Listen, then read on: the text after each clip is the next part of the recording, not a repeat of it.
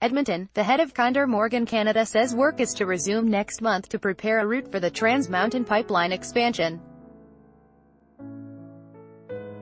Ian Anderson says the company will secure, survey and prepare the right-of-way in coming months, and First Nations will monitor the work to look for traditional artifacts and medicines. Enoch Cree Nation Chief Bill Moran, from Left, Federal Minister of Natural Resources Amarjeet Sohi, Alberta Premier Rachel Notley and Kinder Morgan Canada President Ian Anderson at the site of a stockpile yard for the Trans Mountain Pipeline expansion.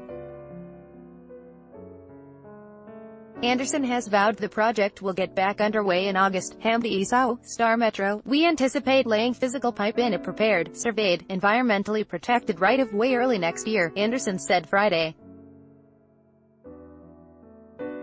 A completion date for the project is to be announced at a later date. The project has been in a suspended mode for a good number of months, Anderson said. We're ramping up hard and we're evaluating schedule.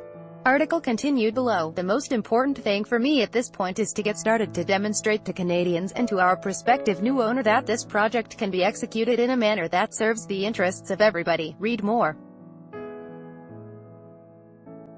Officials break ground on Alberta's stockpile site for Trans Mountain Pipeline expansion way will not be evicted. Camp Cloud occupants say they will stand their ground. Summer heat in India could soon be unbearable.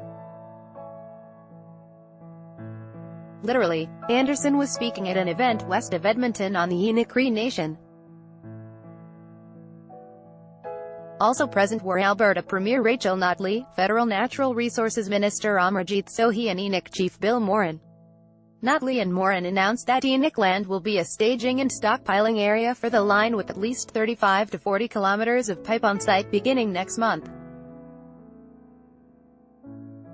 Article continued below. Today we see the benefit of people working together for the benefit of everyone, Albertans and Canadians, not working against one another for the benefit of a few, Notley said. The project's aim is to expand an existing Trans Mountain line from Edmonton to the British Columbia coast to allow more oil from Alberta to be shipped to foreign markets. Alberta says the line is critical given the oil price discounts the province currently must swallow due to pipeline bottlenecks and lack of access to markets outside the United States. The pipeline has been the focus of fractious debate, confrontation and court challenges. The BC government, environmental activists and some Indigenous groups all oppose it. Rancor reached such fever pitch earlier this year that Alberta passed legislation giving it power to reduce oil shipments to BC, which would potentially increase automobile and jet fuel costs in that province. Moran acknowledged the dispute among Indigenous people over Trans Mountain, but said his First Nation wants to move with the times to benefit everyone. Profits will be reinvested in green projects such as solar farm, he said. Some of our philosophy out here is the best way to sovereignty and self-determination for us is through business, Moran said. You can choose to get left behind or you can choose to get in front and direct change, and that's what this project is. Kinder Morgan Canada suspended work on the project in April, saying the dispute had put the line's financial viability at risk.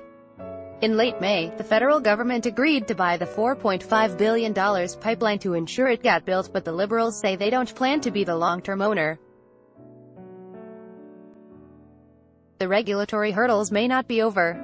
Sohi and Anderson acknowledged the project may be subject to U.S. approval because the purchase includes the Puget Sound pipeline. We are very confident that this is a normal process and we will get through it, said Sohi.